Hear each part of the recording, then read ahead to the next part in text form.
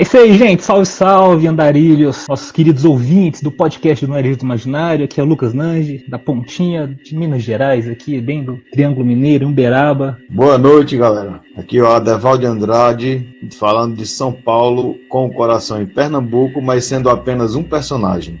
Oi, aqui é a Alesca Lemos, eu sou do Rio de Janeiro e eu também sou escritora, tenho blogs e tal. E olá, povo, eu sou Mayra Barros, também do Rio, mais uma escritora aqui falando com vocês. É isso aí, depois dessa apresentação super nada tímida da gente, assim, né? Nesse segundo episódio de podcast, finalmente saiu, depois de meses e meses. É impressionante como parece que tudo estava dando errado, né? Agora a gente vai seguir com o firme e forte. Eles nem vão saber que foi tanto tempo assim, porque a gente vai editar e postar depois. Vai sair na semana seguinte, né? E agora eu vou editar isso aqui, melhor vocês tomarem cuidado que vocês vão falar, ó. Que eu vou deixar mesmo. Parece até que alguém fez voodoo pra gente, né? Todo mundo ficou doente e teve que adiar podcast, né? Nem foi feio. Mas agora estamos aí, pra firme e forte, ó, pra gravar mais o segundo episódio, que durou uns 3 meses, né? Do primeiro episódio pro segundo, né? A gente fala que foi só uns 10 dias. Daqui 20 anos a gente consegue postar. E aí, galera, o tema de hoje, aquele elemento que não pode faltar no livro, né? Que dá a voz do livro, né? Que faz a história andar, que são os personagens. Uma bem importante, assim, que muita gente ainda tem dificuldade de criar, né? Principalmente olhando os grupos de Facebook, Instagram, tudo mais, né? Apesar de todas as dicas, você ainda vê muita gente, né? Nós ainda vemos muita gente, como cria um personagem? Será que meu personagem é profundo o suficiente? Como faço pra dar um nome, pra dar história, pra introduzi-lo na história? Aí hoje vamos tentar dar umas dicas aqui bem básicas, bem genéricas assim, né, pra dar aquela forcinha a quem precisa. Hoje somos os bons samaritanos da literatura nacional. E pra começar, né, nada melhor do que começando com o nome dos personagens, que é aquele passo inicial, né? Você pode pensar, vou fazer um personagem, um vilão, um herói. Uma das primeiras coisas que você faz pra remeter às personagens é dar um nome, que é um dos pontos mais importantes assim da criação do personagem. E nem precisa ser um nome em inglês também, né? Para salientar que as pessoas adoram colocar nomes em inglês nos seus personagens. Mas eu não vejo tanto problema nisso, que principalmente quando a história é ambientada aqui no Brasil, a gente tem costume de pegar nomes de tudo quanto é lugar. Então, às vezes tem nomes que são obviamente, tipo, meu Deus, o que esse nome tá fazendo ali? Mas tem vezes que mesmo um nome que parece mais estrangeiro encaixa, porque nós pegamos tudo de todos os lugares. Tem nomes em inglês que são mais comuns, assim, né? Até aqui tem pessoas aqui que são batizados com nomes em inglês, mas tem uns que a galera força a barra também. Sim. É importante quando você tá pensando no nome do personagem é saber se o nome encaixa no cenário que você criou, né? Sim, verdade. Eu acho assim que pode ter um nome inglês, né? Um nome, sei lá, russo, porque a gente realmente tem esse caldeirão cultural. Mas assim, tem que falar com alguns em português também, né? Sei lá, pra mostrar essa mistura, porque também se jogar só nome estrangeiro fica estranho, né? É até questão de atrair o próprio leitor, né? Se você é um escritor nacional, seu primeiro contato, né, em regra, será com leitores nacionais, né? Você pode ter algum John, pode ter alguma Alesca, que é esse nome exótico aí, o May, White Star, na verdade é a Mayara, a Deval também, que é um nome bem exótico, né? Mas você tem um sobrenome escandinavo. Seu nome é normal até a gente chegar no seu sobrenome. É, exatamente. É verdade. Ele tá em todo lugar do mundo, pra você ver, menos no Brasil, né? O Brasil tem minha família, parece. E Nange é da onde? De Monange? Eu já encontrei da Índia, já encontrei na Itália, já encontrei na Rússia, já encontrei na Austrália. Que interessante. Meu nome já rodou o mundo. Bom, que a gente tá devaneando aqui, né? Mas a questão que a minha Mayra falou, a Deval também, é bom ter aquele equilíbrio dos nomes numa história, assim, tanto pensando na própria história, né? Você escreve pra si mesmo, tudo bem. Mas também, você quer ser lido, você quer atrair cada vez mais leitores, o nome é bem importante pra isso. Quando você abre um livro que tem um nome, o seu nome, ele como personagem principal, fala se você não vai se sentir atraído por ele. Porque assim, o que eu defendo muito, não colocar nomes estrangeiros, assim, não colocar muito, né, a história inteira com nomes estrangeiros, é até porque você vê mesmo nos livros internacionais, nos best-sellers e tal da vida, você não vê os caras, você não vê um Game of Thrones com um Geraldo lá entre eles, com o Matheus, com o Lucas, entendeu? Aqui e ali você vê um nome assim, que é normal ter aqui, como Lucas, até nos Estados Unidos é normal esse nome, né? A gente vê em Stranger Things, tem um Lucas lá. Mas você não vê um Roberto, é escrito da forma deles. Então por que eles escrevem Robert e a gente escreve Robert também, entendeu? Eu não valorizo o português, na minha visão, né? Sim, sim. Aí é questão de tentar ambientar o nome de acordo com o local da trama. Eu leio muitas histórias assim que os personagens são John, Mary, Lucy, passa em São Paulo. Não, lá deve ter muito assim, mas pra me falar que só tem nomes assim, que não tem 90% lá não são, é Pedro, é João, é Maria. Só que eu tenho visto muitos escritores, leitores brasileiros, né, com preconceito com o próprio nome. É como se isso não fosse atrativo. Você pega um John lá nos Estados Unidos, é completamente normal lá. John é João. Não pode colocar um João aqui. Ou o James é Thiago, se não me engano, né?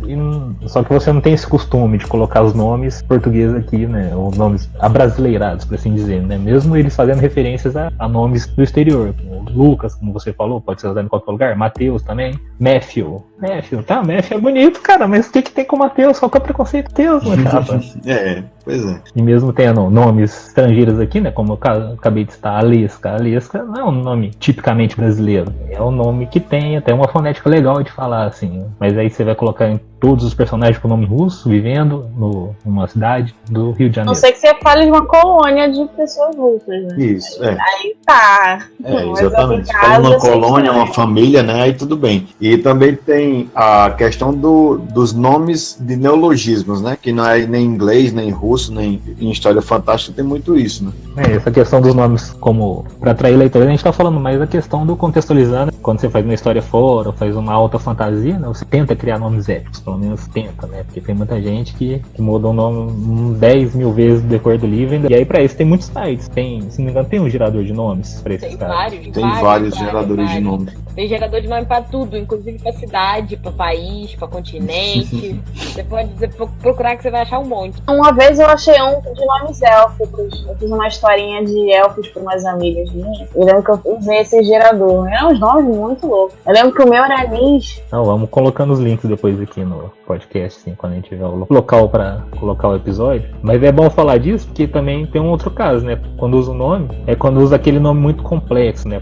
Ou pra ler. Uhum. Que nem é o caso. Como aquele personagem que eu criei, o Nakish Berer.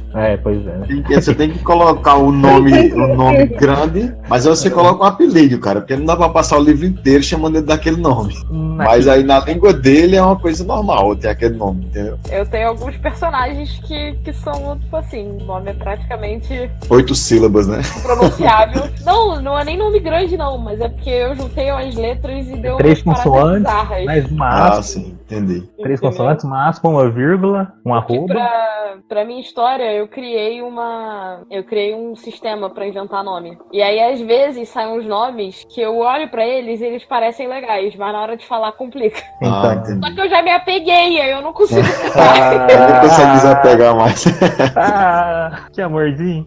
O pior que tem livro que eu tô lendo, assim, de repente eu pulo o nome, porque eu vou falar, não vou ler isso aqui, tá mais de alta fantasia. Eu também criei um sistema para dar nomes, né? No caso, eu botei um deus e uma deusa. Aí todas as mulheres, elas têm a terminação do nome de acordo com a deusa. E os homens têm a terminação do nome de acordo com o deus. E também tem variáveis para escravos, que seguem uma lógica parecida. Assim. Esse sistema assim é legal. Eu no meu outro romance, tenho uma tribo, e aí eu tento colocar o nome deles puxado para nomes indígenas. Tem algumas letras do alfabeto que eles não têm, aí não tem nome com essas letras, e eu nomeio eles assim. Sim, o bom de criar esses sistemas é assim, né? Que você atrai a própria... Você faz a relação entre o nome e a cultura, né? Aquele personagem, assim, do grupo personagem que você tá fazendo. No meu caso, eu tenho um nome, assim, que eu olhava pra cima, vi o nome tava escrito num ferro de passar roupa e usei ele. Eu não vou falar qual que é não, pra não passar vergonha. Mas tem um personagem de uma das minhas histórias que é isso aí. Eu olhei e tava, o que eu vou dar o nome? Arno. Mas não era isso. O legal de ter um sistema para nomear a personagem assim é que, dependendo da circunstância, você precisa de um personagem que quebre as regras da nomeação de nome, e você sabe exatamente o que fazer para quebrar a regra, porque você tem uma regra. Então, por exemplo, no exemplo que a Leisca deu do do universo dela, que tem personagens femininos que pegam a terminação do nome da deusa e personagens masculinos que pegam a terminação do nome do deus. Se o personagem for não binário, gênero não binário, ele pode, tipo, mesclar as duas terminações, escolher um nome próprio, sem ter sido o nome que foi dado pelos pais. E aí você pode brincar com essas coisas, é muito legal.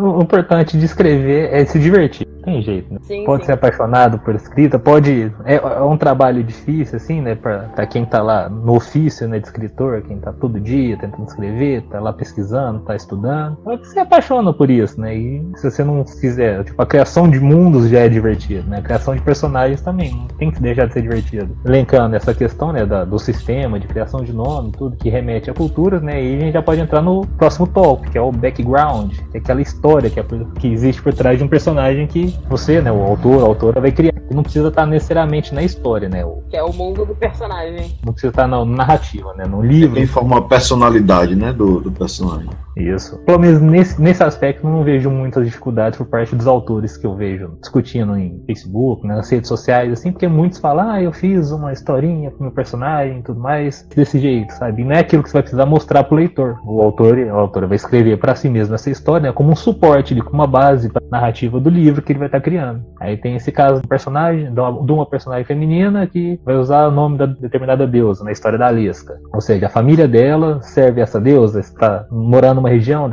que essa deusa é cultuada, né? Você não precisa colocar isso necessariamente no livro, você coloca no background, e aí, de acordo com ele, você vai construindo o personagem na narrativa da sua história.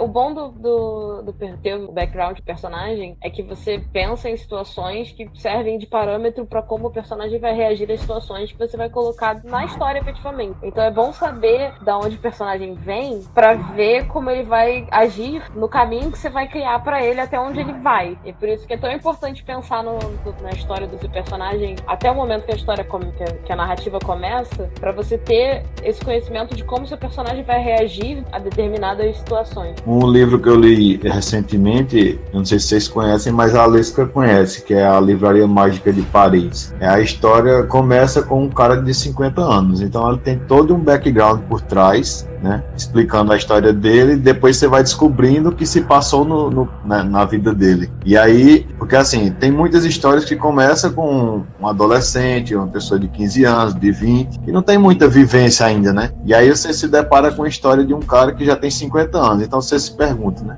O que é que aconteceu de toda a vida desse cara até aqui? O que é que ele fez? Por que ele é assim, dessa forma? O importante do background nessas histórias é que o personagem aparece que já tem uma certa bagagem, né? E o legal é que o background pode estar lá, 20 páginas. Na 20 páginas você explica que ele é alcoólatra, explica uma história em que ele perdeu os filhos, né? Antes de começou a beber, e virou briguento lá, brigou num bar e foi preso. Isso tudo no background. E você já pode começar a história, o fulano de tal, com seus 50 anos, saindo da prisão após mais uma noite de bebedeira e briga. Tipo, você resume uma frase dentro do livro, todo, 50% do seu background do personagem. Ainda assim, de modo bem forte ali pra fisgar assim pro leitor. Então esse cara aqui tem problemas com álcool. Você não precisa citar necessariamente o problema familiar, mas você já faz o leitor pela percepção de que tem coisa com a família dele, o cara é briguento, uma frase você já coloca 5 características do personagem, de um modo bem implícito também, né? Nem jogando assim na cara, ele é isso. Não, você bota o que aconteceu com ele, o leitor mesmo já toma suas conclusões. E isso faz a leitura fluir mais gostoso, assim, né? Isso já faz você conhecer o personagem melhor, né? O personagem melhor da história. A leitora conhecer o personagem melhor da história, sem precisar olhando uma ficha técnica, assim, toda aquela questão que o povo fala do infodump, né? Que é ficar explicando as coisas, assim, o narrador ficar explicando sobre o personagem, o que é, o que fez, tudo mais. E aí fica parecendo uma dissertação. Nesse livro é interessante que não tem muito essa questão do infodump. Ela vai gradativamente, vai mostrando, vai falando o que aconteceu, né? É bem interessante assim, essa criação. E tantos outros, né? Você vê Na Espera de um Milagre também, o filme já começa praticamente eles na cadeia e tem toda uma história por trás de porque eles estarem ali, né? Depois é que vai mostrando a vida deles. Isso, pouco a pouco, assim, fazendo as referências. Exato.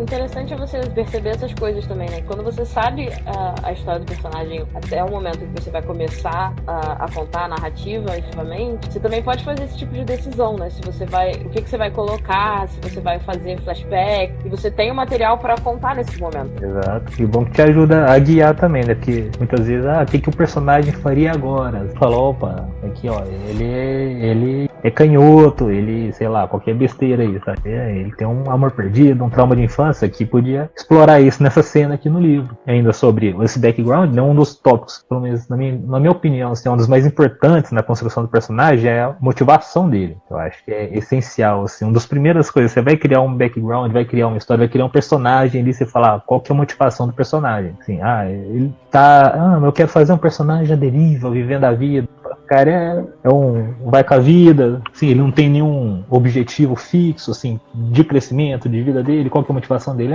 Seguir o vento, seguir os passos, né, que a vida vai mandar ele, o chute, é pra onde a vida vai chutá-lo. Esse personagem eu acho bem interessante, esse que vai assim, não quer nada com nada, tipo, até eu vou falar dele depois do Yusuke, né, ele é meio assim, não tem objetivo na vida, ele no final do anime ele tá lá com uma barraca de lamen dele, ele não quer nada com nada, né? Não quer ser herdeiro, não quer nada, e ele tá só, a motivação dele é única e exclusivamente tomar porrada e dar porrada.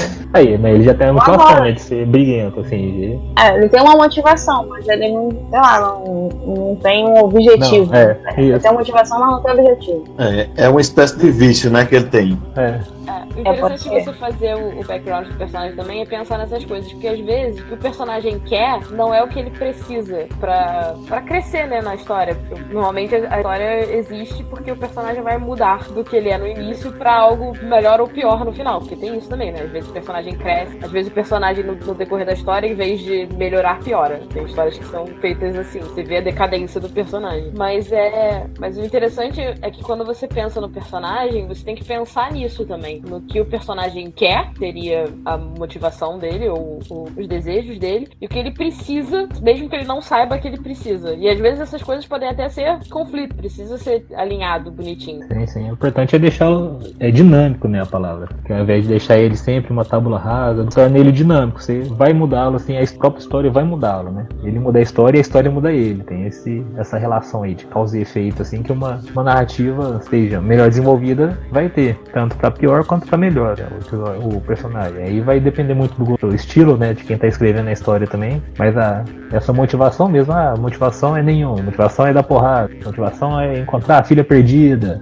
e motivação não precisa ser aquela coisa complexa e profunda, tudo mais. Você escreve, a motivação é uma frasezinha assim, o que o personagem quer da vida, qual que é o foco dele, quero dormir o dia inteiro, beleza, e ele vai conseguir dormir o dia inteiro? A história vai deixar ele dormir o dia inteiro? O que ele precisa pra dormir o dia inteiro? E aí você já começa a desenvolver tanto o personagem junto com a história já, paralelamente, né? E nesse meio tempo você vai mostrando as experiências do personagem, né? Os defeitos, os traumas, as virtudes e vícios que ele tem. Sim, vai dando profundidade pro personagem.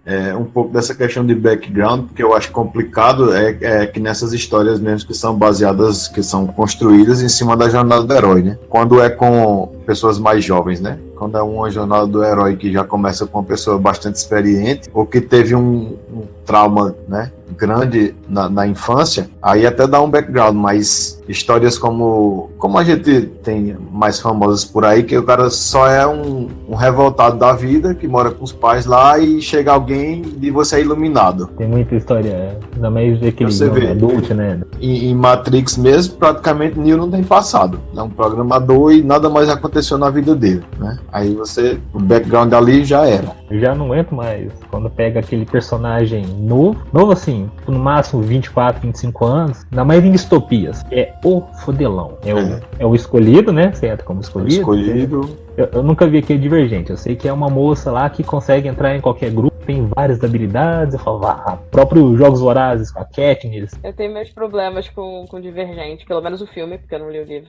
Eu não vi spoiler, tá, galera? Eu só vi o sinopse, eu não vi nem li. Você diverge da Divergente. Dos Jogos Vorazes. com Jogos Vorazes é outro, não são os personagens. Que povo tem. Não sei, que o pessoal não tem mais de 25 anos, mas já são todos exímios arqueiros, sabem lutar que nem guerreiros espartanos, são sobreviventes da Jogos floresta. Vorazes tem uma explicação que consegue despender a sua descrença, pelo menos. Nesse caso da Caitlyn. O Divergente não. Divergente nem tem. Divergente não. Divergente eu não conheço, mas a motivação dos Jogos Vorazes pra mim me convenceu, porque ela porque a explicação pra ela é boa arqueira, né? A explicação pra ela ser boa arqueira é que ela passou a vida toda caçando na floresta perto do distrito. Mas não é só ela, tô falando de todos ali. Você custa ver alguém mais velho e habilidoso, experiente, parece. Você vê jovens, isso a mente desses jovens são de pessoas experientes. Sim, mas você tem que entender que no Jogos Vorazes, pelo menos, o cenário que a autora criou já coloca essa pressão nos jovens de aprender alguma habilidade que vai ser útil se eles forem escolhidos, entendeu? A luta pela sobrevivência começa antes dos jogos, exatamente. Exatamente. É porque eles têm uma vida muito pobre, né? E acho que eles até são proibidos de entrar na floresta nisso, pra caçar. Sim, mas mesmo assim distrito da Caitlyn, sim. No distrito da Caitlyn ela vai mesmo assim. Tem distritos que a economia gira em torno de ganhar os jogos. Então, nesses distritos, as pessoas são inclusive preparadas pra ganhar, com treinamento, com tudo isso. Mas mesmo nos outros distritos que não tem esse coisa, tem sempre aquela preocupação. Pô, a gente pode ser escolhido a qualquer momento, então temos que estar minimamente preparados, entendeu? Vocês conseguem pensar alguma história que segue esse tipo de contexto, assim, que permite as jovens serem tão fodelões assim? Porque eu só citei o Jogo Vorazes que me veio à cabeça com o primeiro, Divergente também, né? Mas eu vejo outras histórias assim que você pega. Que eu tô vendo agora não é nem livro, é um anime que é My Hero Academia, que os personagens são todos personagens de escola, tipo, ensino médio, mas todos eles têm superpoderes e eles estão numa escola que ensina eles a usarem esses superpoderes pra lutar contra o crime. Não, mas aí já é superpoderes, aí já é um X-Men japonês. Sim, aí. Mas são personagens que têm superpoderes desde pequenos e que já têm um certo controle sobre seus poderes e você fica tipo, caraca, entendeu? Porque eles nascem com os poderes e eles estão desde pequenos já almejando se tornarem heróis, porque ser herói nesse universo é uma profissão regulada do governo, entendeu? Que sonho de infância, né? Eu acho que eu vi esse anime. É de todo mundo, né? Nascer com poderes e virar um super-herói. A gente tá com 30 anos e a gente ainda sonha com isso. Mas aí aí legal, você tem histórias que tem esse contexto por trás, né? E esse é um bom aspecto, assim, pra criar o personagem. Porque às vezes você cria uma história de um apocalipse zumbi. Era um moleque de 14 anos que sobrevivia sozinho, pulava muros, dava mortais, matava zumbis à torta e direita. Eu falava, moço, 14 anos eu custava jogar basquete, ó. Você tem personagens assim que são fora do comum, e são jovens, e são sábios. Um filme que eu lembrei aqui agora é a nova versão do Quarteto Fantástico. Não sei se vocês viram aí, não vou dar spoiler, mas tinha a primeira versão, né, aquela que é mais famosa, e aí resolveram fazer um com adolescentes. Meu amigo, você... Aí, nossa senhora, é tipo isso aí. Você pega uma criança, já entende tudo de física nuclear, de fissão, fusão. O que mais você imaginar, nenhum engenheiro cibernético da empresa sabe, mas ele sabe. E o cara, tipo, tem 17 anos. Aí o cara fica assim, meu Deus, isso aí é ultra dotado. Mas tem 17 pessoas anos na você vida foi real até que são bonzinho. dotadas assim, então você fica, tipo, dá pra suspender a descrença, mas aí vai depender é ruim da história. por outros motivos. Eu ouvi falar que é ruim mesmo, por isso que eu nem assisti. Mas a questão não é nem essa. A questão é forçar a barra, entendeu? O que eu acho. Porque por mais que você seja super inteligente, você seja um hacker como você, Mara.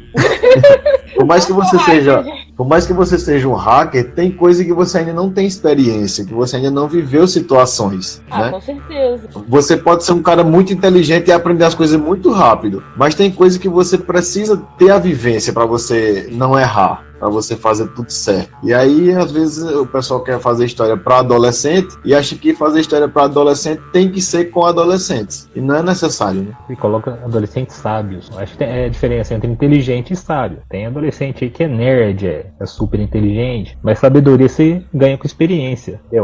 A vivência de vida, assim, dependendo do contexto de vida desse adolescente, tudo bem. Você nasce num ambiente mais difícil, mais complicado, você nasce um um local de guerrilha na África, assim. Desde criança você tá fugindo, você tá lutando contra guerrilheiros, tá tentando sobreviver, aí você cria como uma certa perspectiva ali que você, você tem essa sabedoria assim, de experiência aos 15 anos. Você já tem uma noção diferente de mundo do que você colocar uma jovem de 18 anos que mora nos Estados Unidos, né, em Nova York, por exemplo, né, chamada Mary, e aí aos 18 anos os pais delas morrem assassinados por um lobisomem e algum anjo salva ela e fala, você é pira mestiça que vai ser a salvação do mundo. De repente, no próximo capítulo ela está subindo paredes, lutando, girando chacos e usando lanças, e já tá bolando super planos, super inteligentes, assim, já tá conhecendo o mundo e fala, poxa, peraí, calma, moça. Fazer uma escola de lobisomens primeiro, né? Mais Deixa aulinhas de ganhar lobisomem ninja. Lobisomem ninja. Gostei dessa história aí que você criou agora. Uma Foi saindo aqui. mente brilhante, isso é um menino superdotado. É que eu tô velho, eu tenho. Tem vivência, né? Você tem experiência, eu tenho quase meio século, falta só uns 20 anos. Falta uns 20 anos pra chegar no meio século. Você tem mais de um quarto de século. Um quarto. Eu passei de de um quarto de século. Ai, meu santo. Acho que todos aqui já passamos de um quarto de século. Sim, é verdade, mas a gente tinha que enaltecer o Lucas, né? A piada tava ao redor dele no momento. Tranquilo. Galera, outra questão sobre a criação de personagens, né? A voz do personagem dentro da história. Aí você pode construir a voz do personagem tanto por meio de diálogos, quando se usa a terceira pessoa, né? Ou por meio da narração, em primeira pessoa. Né? Vamos começar a falar um pouco sobre a primeira pessoa, né? Que já dá a voz do personagem, principalmente do protagonista ali, desde o começo. Que você já faz a ligação, o leitor já liga a protagonista desse jeito no momento que ele lê a primeira frase, o primeiro parágrafo, que o personagem já pode chegar xingando, por exemplo, falar que é o Zé Pequeno, porra. Né? Ou se não, já falo de um modo mais culto, mais experiente, aí você já sabe que o personagem ali já é mais velho, já tem mais sabedoria, assim, né? Se for pensar o que a gente tá falando, né? Porque às vezes o moleque pode ter 16 anos e falando de um jeito culto e experiente. No conto que eu escrevi agora esses dias, um personagem vai chegando em casa e tá pensando em alguma coisa, e quando pensa que não, ele é interrompido pelo irmão, e o irmão fala apenas isso: chegou, sabe tudo. E aí você já vê que há alguma coisa entre eles ali. Apenas por uma frase que ele fala, você já vê que tem alguma coisinha entre eles que não bate. Só em ele chegar em casa, o irmão falar, chegou, sabe tudo. Você já vê que alguma coisa ali tem um atritozinho entre os dois. Você já caracterizou a relação dos personagens e o próprio personagem também, né?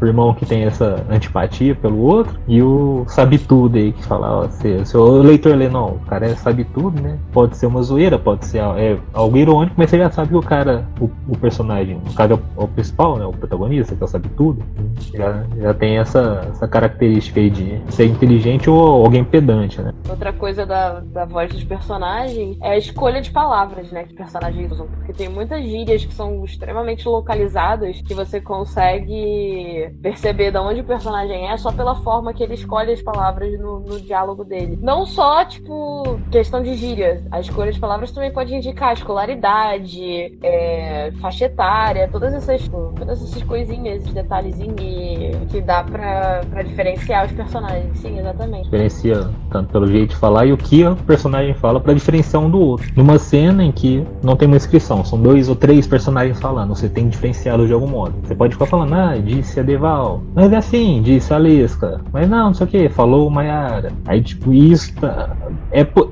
pode usar, mas fica aquela repetição chata, sabe? Quando você tá lendo a frase e fala, não, muda isso aí, não precisa disso. Às vezes até perde a fluidez do diálogo. No caso aqui, tem o Adeval de Pernambuco, a Lesca e a Mayara do Rio de Janeiro e eu de Minas Gerais. Se mandar um ai, todo mundo sabe que sou eu. É verdade. Um oxente. O velho oxente do Nordeste. Aí o que sobrar é a Lesca e a Mayara aí, que vão ter a mesma voz. Não necessariamente, eu convivo com uma pernambucana online, né? Há tanto tempo que eu peguei algumas coisas dela. Aí pode ser que eu fale um oxe, ou então falar que você tá. Como é que é? Perigando, não? Como é que ela falava? E até aqui no Rio a gente tem as nossas gírias. Eu não vou conseguir pensar em nenhuma porque eu sou carioca, mas vocês que não são cariocas conseguem identificar puxar com certeza.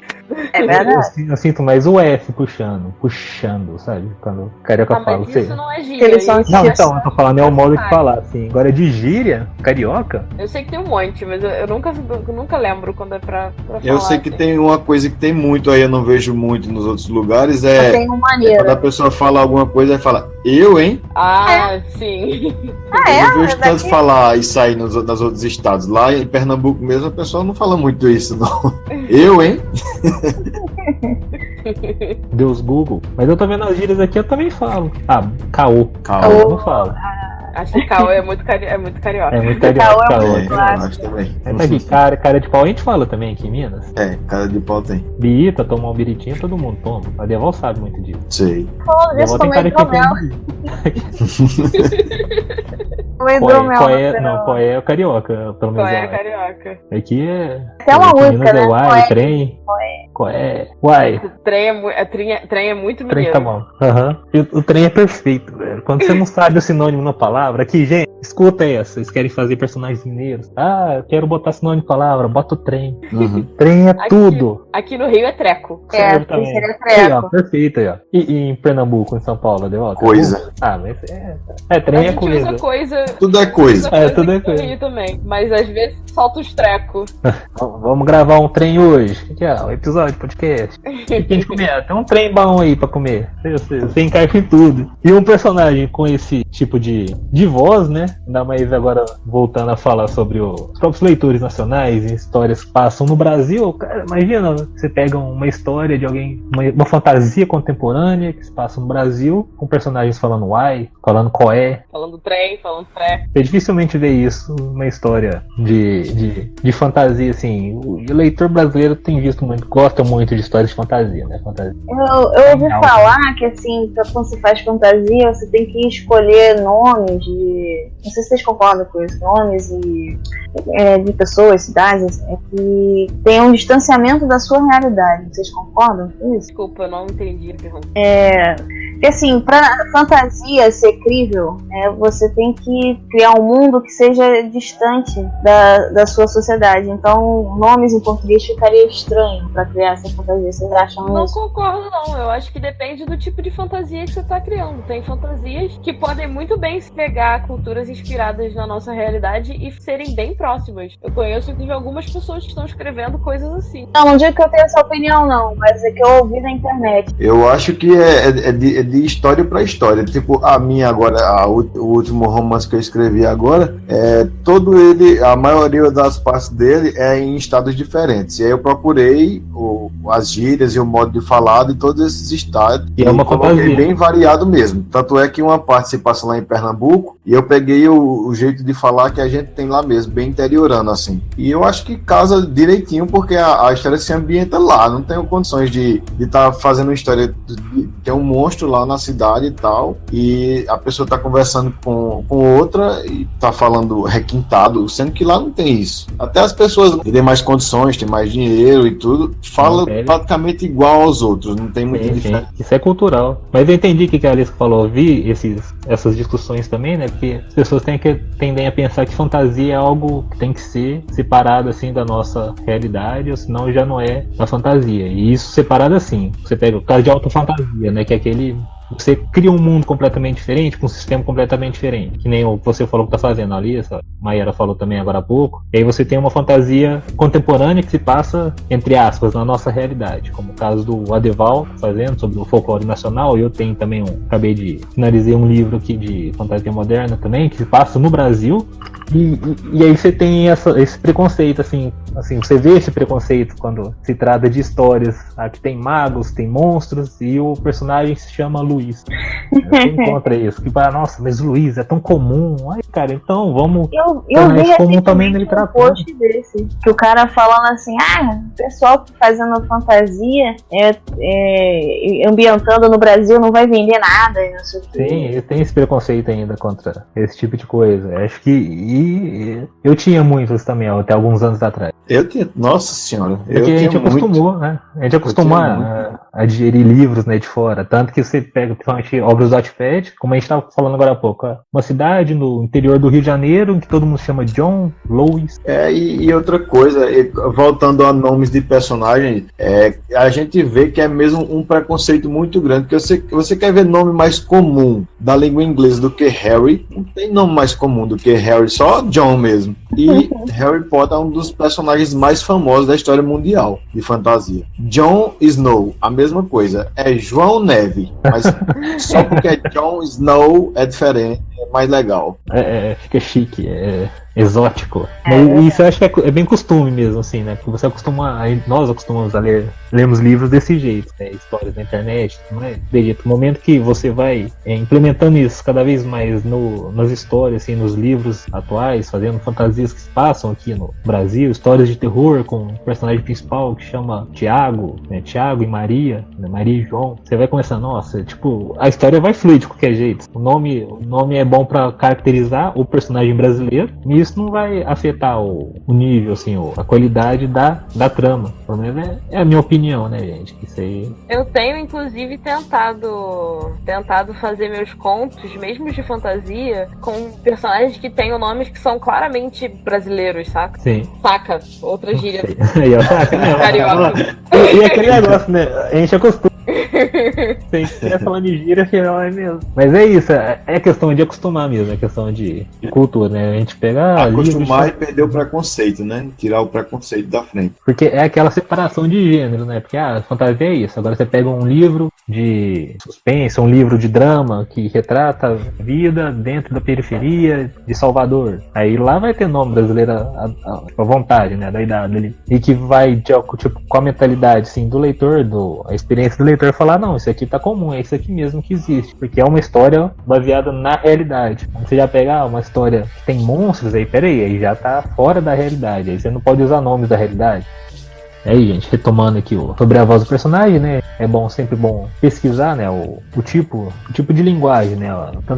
Tantas gírias quanto o modo de falar de determinados personagens. Uma vez eu fui fazer uma betagem também de um colega nosso e ele tinha um adolescente e o mestre dele. O mestre do adolescente era um idoso já, devia ter por volta de 60 anos, e eles falavam iguais, tipo, igual, assim. E eu falei até pra ele, falei, ó, tá meio estranho, porque quando o mestre, o senhor está falando, parece que é o jovem, quando o jovem fala, parece que isso não caracteriza o personagem, né? Tem gírias hoje que se usa aqui em São Paulo mesmo, que você vê as pessoas mais velhas falando, você não vê eles falando isso aí. Tem determinadas palavras, tem coisa que eles não falam, e a galera mais jovem fala muito. E aí quando você coloca o senhor falando igual o jovem, fica meio estranho. Tipo, ver um senhor de 80 anos falando a mina é massa, pra mim não casa com a personalidade dele, entendeu? Porque o tempo é diferente. A não ser que sejam desses vovôs garotões que não conseguem ver. É isso. Isso aí exemplifica bem como é que a voz do personagem é importante, né? Se você cria personagens que não tem uma voz muito clara, o livro acaba ficando confuso, você não consegue saber quem tá falando o quê. Uhum. Aí você tem que ficar com o inciso o livro inteiro pra explicar quem tá falando, né? Isso, e aí corta a fluidez do diálogo ali, né? Acho que o Luiz Fernando Veríssimo faz muito em crônicas, que são só diálogos, uma esposa conversando com o marido, e sem colocar, fulano de tal falou isso, ou fulano de tal falou isso. Bota só os diálogos, a crônica inteira ali. Você consegue perceber essa relação entre a marido e a esposa, quem que é quem ali, ao mesmo tempo que sua leitura não para pra respirar, assim, dá aquele que eles falam muito assim, quando você usa vírgula pra respirar. Quando você tem diálogo, você não precisa usar isso, porque você tá sentindo que tá evoluindo a história. E por isso que é importante mesmo dar essa voz ao personagem, não precisar ficar explicando toda vez quem é quem que tá falando ali. Sim, às vezes quando você consegue caracterizar bem a voz do personagem, você não precisa nem indicar quem tá falando, como você falou, Lucas, no início do tópico, que ficar repetindo o nome do personagem pra marcar quem tá falando pode, inclusive, ser um indicativo de que você ainda não acertou a voz, porque às vezes, quando você acerta a voz, você não precisa disso, vai ficar óbvio pro leitor quem é que tá falando só pelo diálogo, só pela fala mesmo. Hagrid, né? Então, galera, a gente falou nome, background, Oi? Talvez? Que eu falei é tipo o Hagrid, né, do Harry Potter. Ele tinha, quer dizer, nos livros, né, ele tem uma linguagem toda própria. Já dá pra adivinhar pelas coisas que ele fala. E às vezes você colocando até assim, uma forma de a pessoa começar a falar, uma história que tem um gago, por exemplo. Você nunca vai precisar dizer que foi aquele gago, porque só ele na história ali vai falar a palavra e depois ele vai continuar falando. A mesma coisa você pode colocar uma pessoa que toda vez que começa a falar, levando a gíria de São Paulo. Meu, queria falar isso. Meu, você viu aquela, sabe? E aí só aquele, sempre usando aquele meu, você já sabe que aquele é o paulista. Não precisa estar dizendo. É isso aí. E aí, gente, passando pro próximo tópico, né? Que também é uma questão muito importante dentro do background, né? Já botando ele dentro da história do livro, que seriam os tipos de personagens. Vou tentar a classificação clássica, que é sempre bom saber um pouco, diferenciar eles dentro da história, né? Pelo menos no caso clássico. Então, galera, quando a gente fala em personagem principal, é o protagonista, né? Que pode ser um só, ou pode ser vários. E, em regra, a história vai girar em torno dele. Diferentes de protagonista. Sim. Tem um protagonista que é claramente o bonzinho, né? O herói da trama, mas você pode ter um protagonista que é um anti-herói. Então, o tipo de personagem é um leque bem grande de coisas que você pode fazer. E é aquele que vai ser, em regra, o melhor desenvolvido, como a gente estava comentando agora há pouco sobre o background, né? Aquele que cuja motivação vai ser o mais exposta ali, que vai ser praticamente o núcleo ali da essência da história. Pega um protagonista, né? Geralmente você vai usar o ponto de vista dele ou deles, com o protagonista que vai tentar atrair o leitor, né? Que você vai tentar dar o ritmo da história, né? De acordo com a personalidade desse protagonista, destes protagonistas. Um outro personagem, né? Que geralmente fica junto com o protagonista é o coprotagonista, que é aquele personagem que tem uma relação próxima, né, com o personagem principal. São personagens secundários, mas que estão ali na trama mais próxima do personagem principal, são só de figuração, né, só em volta. E aí tem os tipos que são o mentor, tem o sidekick, né, que é o ajudante, tem às vezes o interesse romântico do personagem, que às vezes tem histórias românticas, que estão amigos, familiares, estiverem vivos, bichinhos de estimação, todos. Só escreveram algum personagem que roubou a cena do personagem principal? Eu nunca terminei nenhuma história grande ainda, então eu não sei, talvez. Eu gostaria de fazer isso, porque às vezes os personagens secundários são aqueles que são mais adorados do que o protagonista, né? Que às vezes a personalidade do secundário. Eu tenho uma personagem que roubou a cena pra mim, enquanto escritora, mas eu não sei se na história isso pros leitores isso vai ficar aparente, vai acontecer. Aí entra a parte legal de criar personagem, né? Tipo, no caso, por exemplo, vários personagens, tanto um ou mais protagonistas e vários co-protagonistas, né? Que geralmente tem. Que às vezes o próprio leitor, né, se identifica mais com o co-protagonista, né? Com o ajudante, o mentor, o alívio cômico, ou o cachorrinho do protagonista, né? Que pode ser assim, esse co-protagonismo não precisa ser um humano necessariamente, né? Pode ser um dragão, né? Pode ser um tigre. Pode ser um cachorro. Lembrei do Eu Sou a Lenda. Eu Sou a Lenda, foi o que eu lembrei também. A Samantha, a cachorrinha lá que salvou. Se eu contar spoiler. Um dia a gente vai gravar um podcast só de spoilers. Aí vai ser legal. A gente vai falar. A gente coloca a gente coloca um aviso de spoiler logo no início. A Aliska gosta de spoiler. Gosto. Tem muita gente que gosta de spoiler. Mas vamos deixar essa conversa pro episódio de spoiler. Isso, E esse co-protagonista, né, nessa relação que tá junto aí com os heróis, ou a heroína, ou o herói e tudo mais, né, o protagonista, pode ajudar a desenvolver esse protagonista principal. E até esses personagens secundários é importante que o escritor tenha algum cuidado na criação de personagem, pra não ficar muito, tipo, o único motivo de existência do personagem é ajudar o personagem principal. Isso quando acontece é, tipo, muito chato. Que aí entra a questão do background. Acho que eu já vi isso acontecendo muito em anime. Era a única função, assim, do personagem ser ajudar. É que não tem uma motivação, né? Sakura Card Captor, eu lembrei, é Tamoio que chama? Tomoyo? Que era amiga dela que vestia ela. Não, mas a Tomoyo, ela vou defender a Tomoyo aqui. A Sakura, fazia a roupa da Sakura, mas não tinha outra motivação na história, assim. Era só a Tomoyo era tipo uma varinha mágica dos problemas da Sakura. Não tem, assim, uns personagens que são assim. Mas a Tomoyo tem a motivação dela, gente. A motivação da Tomoyo fica mais no mangá, né? Mas não sei, que eu vi só anime. Eu vi só anime. Fica bem claro no anime também. Então, só que aí entra nesse que a gente falou. Ela tá ali só pra ajudar a Sakura porque ela ama. Elas são melhores amigas e tem a história da mãe dela com a mãe da Sakura. Mas eu lembro, tipo, com melhores amigos eu lembro, mas eu não via o Choran, que era o nome do. É o garoto. Chorão. Ele queria, se não me engano, ele também queria pegar. Todo mundo quer pegar a Sakura. Sakura Não, que tô ela ia falando, não, tô falando da motivação do Choran, que é Choran mesmo o nome dele. Ah, ele queria pegar as cartas, sim. Isso, ele já tem uma motivação que vai além da protagonista. Depois ele virou aliado dela e tudo. Mas se você parar pra Tomoe- pensar, a Tomoyo também tem. Porque É qual? a Tomoyo, a mãe dela faz as tecnologias e ela basicamente usa a Sakura como cobaia. Tanto pras tecnologias quanto pras roupas que ela cria, entendeu? Eu lembro da roupa e dela filmando. A Sakura não tá sempre 100% confortável com as roupas que a Tomoyo Não, isso eu lembro. coloca, não. Isso eu lembro. Inclusive, no anime novo, a Tomoyo, ela alistou a ajuda do Quero pra fazer a Sakura usar as tecnologias e as roupas.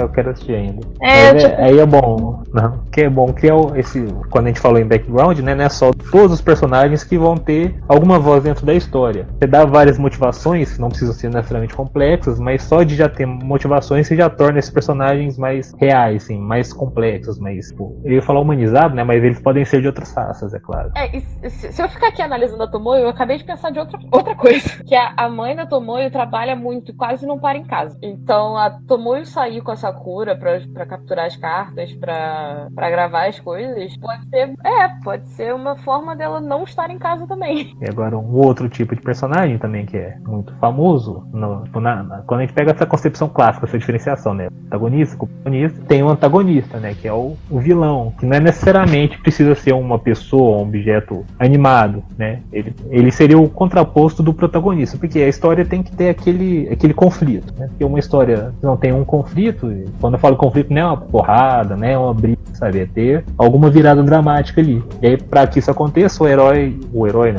o protagonista, né? A protagonista tem que ter aquele ponto, assim, que vai ter que enfrentar alguma coisa. Nem que seja uma prova de vestibular, por exemplo. Não precisa ser enfrentar uma pessoa inimiga. Será aquilo que vai estar, aquilo é aquela barreira que o protagonista precisa passar. Eu acho que é interessante a gente distinguir também antagonista e vilão, porque nem todo antagonista é um vilão. Aí seria o oponente. A definição de antagonista é aquele que vai contra o protagonista, que tem um objetivo contrário ao objetivo do protagonista. Ou que quer a mesma coisa que quer pegar a mesma coisa, né? Um rival. E o vilão é realmente costuma ser o motivo de tudo dar errado na história. O vilão pode ser um antagonista, mas nem todo antagonista é um vilão. É um vilão. E nem todo precisa ser uma pessoa, né? Pode ser um objeto, pode ser isso. E vilão normalmente é um personagem. O antagonista não precisa ser. Às vezes tá uma história com uma catástrofe. O Titanic, por exemplo, o filme do Titanic, que é a Alice Tentadora. Ah, nossa. E você tem lá a história do Jack, da Rose. O antagonista, no caso, seria, não sei se, eu não diria bem, um iceberg, por assim dizer, né? Porque ele que começa toda a história do navio afundando. Mas você tem um vilão lá que era o noivo da Rose, que aí já cria essa trama dentro da trama, essa subtrama. Ele tá lá pra ser ruim, né? Isso, que a trama principal é o navio afundando e eles tentando sobreviver. E como subtrama você tem esse vilão que é o noivo da Rose, que tá ao mesmo tempo que é a mesma coisa que o Jack, né? Que é ficar com a Rose, só que ele percebe que não vai conseguir e tenta acabar com os planos deles ao máximo. E gera toda aquela história que é mais um caso de spoiler, que todo mundo já sabe, né? Que não adianta falar. 300 anos que saiu esse filme, se alguém falar que não pode contar que é spoiler, você pode parar aqui. Ou a pessoa tem 2 anos de idade, ou quem não assistiu o Titanic não precisa gostar, mas clássico é clássico, gente. Clássico é clássico. Se não me engano, em Prince of Persia, eu acho que é o terceiro, em que o protagonista ele tem uma personalidade massa, em que ele se transforma tipo um demônio. Warrior Within ou Two Thrones, um dos dois. Aí no caso, né, o protagonista já tem o protagonista dentro de si, né, que já tem essa parte do mal dentro de si. E isso também dá muito dinamismo à história. Aquele clássico que vai enfrentar o a protagonista, né, como alguém, um terceiro ali. E aí já entra a questão da complexidade do personagem também. Se não me engano, o Stephen King tem um livro, se não me engano é Metade Negra, em que o personagem tem um personagem dentro de si. E agora não é spoiler, porque eu acho que é isso mesmo. Os ajudantes dos vilões. As comparsas, né, que aí também servem como oponentes do protagonista, e que às vezes dão mais trabalho do que o próprio vilão. Deixa eu ver um caso aqui, o Power Ranger, o clássico, tô falando clássico, você tinha vários vilões. Vamos em classe. Soldado Líder que você tá falando? Não era o Soldado Líder do Power Ranger, que eles apareciam só pra tomar uns soquinhos pra atrapalhar, né? Sim, eles seriam os comparsas, assim, só aqueles que você dava um soco e saíam voando, e saíam faíscas. Só apareciam pra tomar soco e se multiplicavam com uma facilidade. Poderiam se contar com oponentes, né? Deixa eu ver, algum outro ideia de oponente, assim, que... Tem os Stormtroopers também, né, de Star Wars. Eles estão ali só pra levar tiro mesmo. Pô, que já entra com... Às vezes o oponente pode até ser um alívio cômico por... Tipo, vilão de livro cômico tem Pokémon, que é Team Rocket. Perfeito. E o legal é que eles são aqueles vilões que não são completamente vilões, assim, né? Porque... Eles crescem como personagens na história e deixam de ser vilões pra se tornarem só antagonistas. É como o Dr. Abobrinha também, do Castelo Rá-Tim-Bum. Você termina no fim sempre dando risada com ele.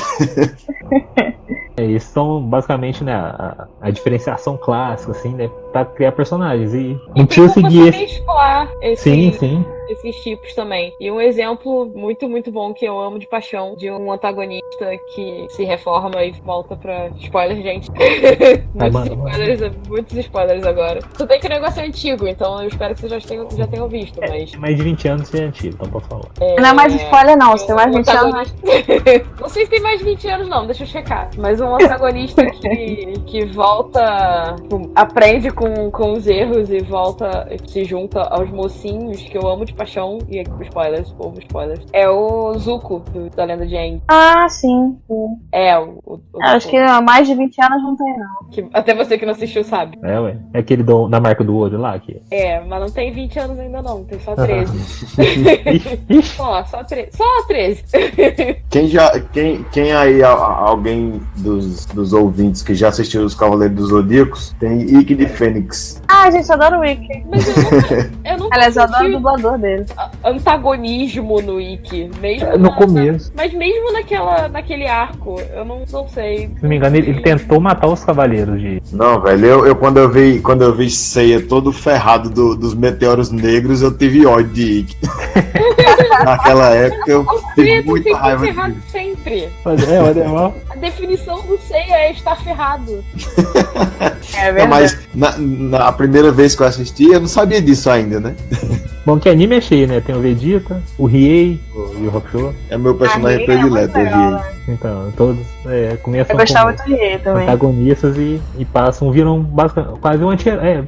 Pode-se falar um anti-herói, assim. Eu amo o Riei de paixão. Então, pela personalidade deles. E são personagens complexos, né? Tem o Riei querendo encontrar a irmã dele, que foi aprisionada. Que eu adoro também. E eu só gosto... Todo anime, desenho que eu assisto, eu só gosto dos anti-heróis dos outros. Eu nunca gosto do protagonista. É porque geralmente o protagonista é aquele paladino da justiça, assim, que dificilmente... É porque a maioria das pessoas gostam mais do Batman do que do Superman, né? Porque o Batman tem uma história muito mais sombria. Eu gosto dos protagonistas idiotas. É porque o Batman também, ele é um personagem muito bem construído, né?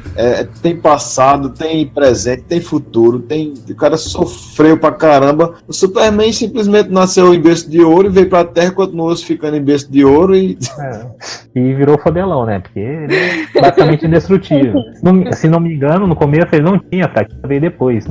Não tinha não. Nos primeiros gibis ele não tinha não. E aí entra aquela questão, um personagem que não tem fraqueza, não tem vícios, né? Você vira esse negócio perfeitinho. E ainda né? sendo forte como ele é, né? E aí fica sem sal. Então uma pessoa que não tem defeito, que não sabe visual, que não é sistemático, uma característica peculiar, né? Fica bem sem sal. E eu acho que desse ponto a gente podia dar um pulo ali nos personagens cinzas, antes de falar um pouco sobre arquétipos, assim, ou a gente pode falar até de... falando de tudo. Isso, Mas vamos lá.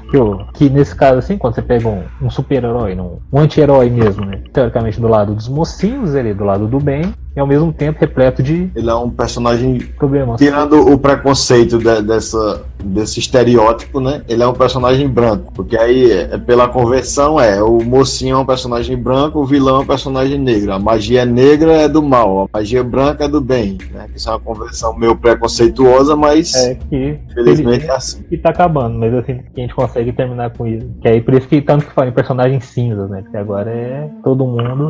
Você cria uma história muito mais complexa com personagens que não são completamente bons nem completamente não tem esse dualismo aí de combates, né? Tanto que muitas vezes as pessoas se apaixonam por vilões. Isso é verdade. É que o vilão é bom ou ruim, né? Desse personagem. O bom que me veio agora a cabeça é o vilão da Pantera Negra, o Killmonger. Cuidado aí nesse spoiler. Você é nacional? Não. Deval, ele me quebra. Ainda não deu, ainda não, pra assistir. Eu vou tentar falar genericamente, você vai saber. Você assistiu Maiara e Alice? Assisti. Ele é contra o protagonista lá, o Pantera Negra, o T'Chaka, né? T'Challa. E T'Chaka é o pai do T'Challa. Só que quando você pega o próprio contexto de vida, ou a experiência de vida, a vida do Monger, né? Como ele é construído, você fala, poxa, tipo, não é que ele está completamente errado, assim, tipo, pro nosso ponto de vista, que nós estamos Pantera Negra, dos heróis, assim, a gente fala, tá errado em parte, só que por parte do ponto de vista do Killmonger, não. E se você consegue ver a visão dele, poxa, ele também tá certo. Porque o que ele quer pro mundo não é a destruição, o domínio das sombras e toda aquela coisa clichê, aquela coisa clássica dos vilões. Eu acho que a internet de todo mundo hoje tá me estranha. Não, vai dar tudo certo. Vai dar tudo certo. Tem que sair. E aí a questão, eu tô tentando não dar spoiler do Pantera Negra pra debate. Vai pros clássicos, é mais fácil. Com certeza vai ter alguma história nos clássicos que vai conseguir isso aí. Deixa eu pensar em alguma. A personagem cinza que eu tenho de exemplo são dois, inclusive. Tem o Artemis Fowl, pra pensar num personagem da literatura. E ele é herdeiro de uma família mafiosa que começa a história querendo recuperar a grana da família e aí ele sequestra uma fada. Isso não é spoiler, porque é literalmente a premissa do livro. Tá na sinopse. Então você já vê que ele não é um personagem bonzinho. Não é flor que se cheire. E ele é a criança, tá? Ele começa o primeiro livro, acho que ele tem uns 12 anos. E ele consegue sequestrar uma fada pra pedir resgate e ganhar o ouro das fadas. Só que no decorrer da história você percebe que ele também não é lá a imagem do mal. Ele tem os seus motivos, ele não é cruel, ele não quer que ninguém se machuque, ele só quer dinheiro. E o outro personagem que eu ia mencionar como personagem cinza é a Viúva Negra da Marvel, que ela é uma espiã, uma assassina, mas teoricamente ela está no lado dos mocinhos, lutando pela moral da sociedade. Pela sobrevivência da humanidade, sim. E o legal pra você ver como a construção do personagem, joga pra vida real. Se fosse uma assassina, você botaria ela como mocinha, como heroína? Você não bota isso, assim, depende muito do contexto da história. Eu vejo o povo, eu não assisti, o povo fala muito daquele La Casa de Papel. Também não assisti. Pessoas roubando pau, todo mundo pagando pau pra ladrões. Deve ter algum contexto ali dentro que faz os telespectadores, né, quem assistiu, pagar pau pra eles, né? Porque se você botar, imagina você liga no aquele programa ótimo e maravilhoso do Datena e falando, vagabundos estão roubando o banco, a Casa da Moeda, nesse exato momento, qual que é o seu sentimento com isso? Você tá vendo de longe, você não vai sentir aquela simpatia que você vê quando você conhece o personagem. Acho que o maior exemplo que a gente tem de personagens criminosos que são simpáticos pro público é Breaking Bad, né? É basicamente um traficante e o povo adorava o personagem. Um exemplo que eu lembrei aqui também é o Michael Corleone do Poderoso Chefão. Sim, mal assim, você pega o que ele faz, só que quem lê o livro, quem assiste, acaba pagando pau pra ele. Fala, nossa, aquela questão da família, da honra, às vezes, tipo, se sobressai, né? E acaba engolindo toda aquela maldade, todas aquelas coisas ruins que eles fazem contra tantos inimigos, ou acabam acertando inocentes, muitas vezes, né? Só que... E a questão dele de ser um personagem cinza é porque ele faz aquela coisa toda, tem aquela coisa com a máfia, mas de certa forma ele pega uma parte do dinheiro que ele ganha com a máfia, ajuda instituições, né? Depois tem outras coisas nesse sentido, que não é só aquela coisa, ter o domínio da cidade, porque eu quero ter o domínio do Estado, e eu quero ser presidente do país para eu roubar tudo e para eu ser o imperador do mundo. Não é só isso. O cara, ele é mau, mas ele também faz coisas para o bem. E aí é exatamente o ponto que toca o personagem cinza. Ele é mau, mas nem tanto, né? Ele nem é preto e nem é branco. Ele tá ali no meio termo. Só que aí tem deles que puxa mais um pouco, né? Tem um que puxa mais para ser bom, mas tem as coisas ruins. Tem outro que nem Ned Stark. Ele é um cara altamente honrado, tudo, mas se sair dali um pouquinho, ele vai decapitar o cara sem pensar duas vezes, porque a honra manda. Então, ele é bom, mas nem é tão bom assim, né? Isso. Aí entra a questão até do ponto de vista do personagem. Quem tá escrevendo a história vai colocar, né? Isso faz criar empatia, o leitor criar empatia, né, com determinados personagens ali da história. E isso ajuda na construção do personagem cinza. Se você vê o personagem de longe, né, você não vai criar, você não vai ver ele como cinza, ou como o herói, o protagonista da trama, ou vai ver só como um vilão, né? Agora, se você tá vendo pelos olhos dele, vendo a motivação dele, né, o foco, o objetivo dele e o porquê disso, você cria personagens cinzas que vão atrair cada vez mais a atenção do público, dos leitores. E voltando pra exemplos, tem, tipo, todos os personagens que são do Reino do Fogo na série da Lenda de Aang, que é, tipo, a Azula, a Meia, a Ty Lee, todas as meninas, né, que são as antagonistas principais a partir da segunda temporada, elas são muito bem construídas enquanto vivendo nessa área cinza, entendeu? Elas são amigas e elas estão tentando ajudar a princesa, e na visão delas o que elas estão fazendo é certo. Só que elas fazem coisas questionáveis. Tipo o Dobby. Tipo o Dobby na Câmara Secreta. Ah, sim. O pior, né, quando você pega a Câmara Secreta, o caso do Dobby, é interessante. Você fala que quer ajudar o Harry, faz tudo aquilo, pelo menos eu não consegui ver ele como um vilão ali. Mas ele nunca foi retratado como vilão. Não, então, aí que tá o interessante, né? Mesmo ele tentando prejudicar assim, atrapalhando, assim, fazendo... Ele queria quebrar o braço do Harry Potter. Quase atacando o protagonista. Isso.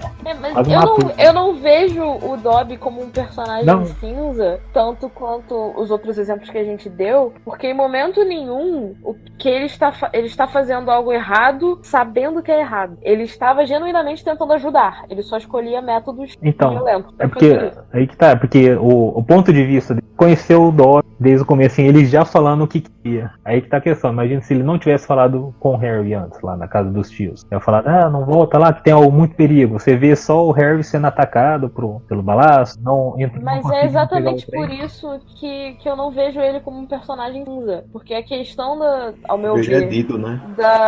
do personagem cinza é que ele tem uma moral que não é nem preto nem branco, entendeu? O Dobby, desde o princípio, estava tentando ajudar, ele estava tentando fazer a coisa certa. Ele só não tinha muita noção dos problemas que ele estava causando, entendeu? Eu diria que o Dobby é um personagem mais ingênuo do que cinza. Ah, sim. O outro exemplo de personagem cinza que eu ia citar são a maioria dos personagens no anime e no mangá de Fullmetal Alchemist, que todos eles, em algum momento, fazem tomam alguma de questionável, menos os personagens principais. O Ed, o Al e a Winry, eles realmente não são cinza em momento algum. Mas todos os outros, o Mustang, o Armstrong, a irmã dele, todos eles em algum momento tomam atitudes que são claramente questionáveis. Eles sabem que essas atitudes são questionáveis, mas eles também conseguem ver os benefícios que vai trazer. É basicamente todo mundo um bando de estrategista tentando superar o outro e se tirar melhor. É muito interessante. É bem construído, né? Por isso que faz sucesso, assim. A história não consegue atrair o leitor tanto quanto os personagens. Pelo menos que eu percebo, assim, comentários e até minha própria visão, assim, de leituras e de filmes, assim, a história pode ser uma porcaria, mas tem personagens legais ali, você vai sentir bem lendo, assistindo determinado filme. Um bom cast de personagens pode salvar uma história medíocre. Agora, acho que... agora ao contrário, pode nem sempre acontecer, né? Às vezes. Exatamente. Isso é. Se você tiver uma história espetacular e não tiver personagem... Que é como eu me sinto em relação a Jogos Vorazes. Eu acho que os Jogos Vorazes têm uma história medíocre, mas ela soube escrever ótimos personagens. E o importante de criar toda essa complexidade, né, é para evitar os estereótipos. Importante. É aquilo que é bom começarmos a fugir, né? Eu vejo discussões ainda de gente que, mas é tão comum, deixa lá. É que estereótipo é meio uma coisa como clichê, né? Às vezes você usa um velho clichê e dá certo, mas aí tem que caber na história, né? Eu acho que o estereótipo vai além. Você acha que estereótipo vai além? Clichê é uma coisa que você tá lendo e, tipo, é chato porque você já viu tantas vezes e não traz nada de novo, e se não funcionar é só chato. O estereótipo, quando é muito repetido, pode efetivamente causar problemas no mundo real, entendeu? Você tá influenciando a cultura e a maneira como a sociedade vê aquele determinado grupo de pessoas. Se você escreve um personagem de uma determinada minoria de um jeito estereotipado, e esse personagem é o único representante dessa minoria no seu trabalho, pode, como sendo de uma minoria, a sociedade vai entender que toda aquela minoria é daquele jeito. E é por isso que os estereótipos são tão ruins. E você tem os clássicos, né?